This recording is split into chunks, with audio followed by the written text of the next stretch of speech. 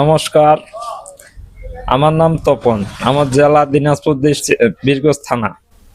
তো আমি আগে থেকে এগুলো কাজে জড়িত। আমার একটা নিজস্ব দোকানও আছে, চার্জার, মোটর, কন্ট্রোলার এগুলো বিষয়ে সালাম ভাইয়ের দোকানে এসেছি। তো এর আগেও 2 বছর আগে এক জায়গায় গিয়েছি ইউটিউবে দেখে। তার কাছে যাই মনে করে কাজ শেখার পরে মাসের কোর্সের জন্য গেছিলাম আমি, মোটর, কন্ট্রোলার, চার্জার।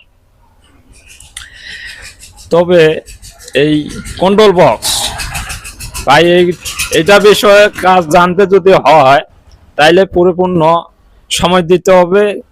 কাজ দেখাই মানে ওস্তাদের কাছে দেখাই নিতে হবে।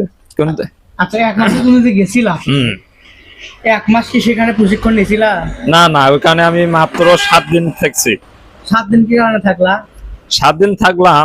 এখন আমি এইগুলো বিষয়ে আগে থেকে ধারণা কিন্তু আছে আমার, কে কাজ শিখে কেমন ওস্তাদ এটা আমরা দেখলে বুঝা পাবো। কেন আমি এইগুলো বিষয়ে কন্ট্রোল বক্স, মোটর বলেন, চার্জার বলেন, এগুলো আমার অনেকটা ধারণা আছে আগে থেকে। তবে কিন্তু আমি দিকগুলো এই পাশের ক্যানিস্টার, রিস্টোর, পিএফ এইগুলো বিষয়ে ধারণা আমার ঠিক মতন ছিল না। কন্ট্রোল বক্সের এইভাবে তার সাথে কথা হয়েছিল 1 মাসের জন্য। কত ভাই আপনি আসেন, এটা কোনো বিষয় না।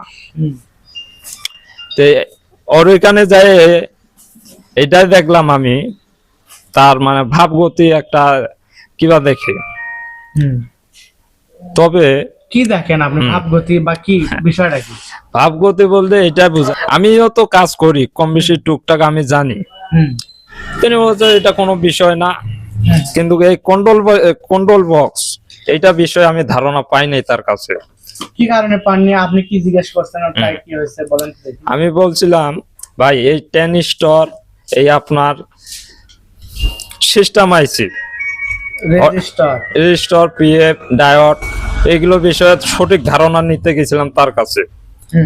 এটাও বলছিলাম ভাই হাতে কলমে আপনি বলছিলেন শিখাবেন, কিন্তু এই সিস্টেম আইসি এটা ওটা হটগান দিয়ে শিখাবেন, কিন্তু এটা আমি পাই নাই এগুলোর সম্পর্কে।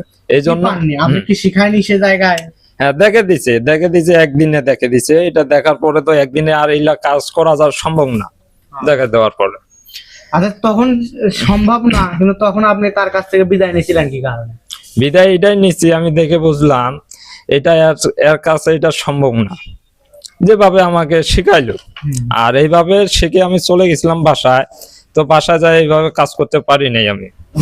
এই জন্য সালাম ভাইয়ের কাছে এখন আসা আমার।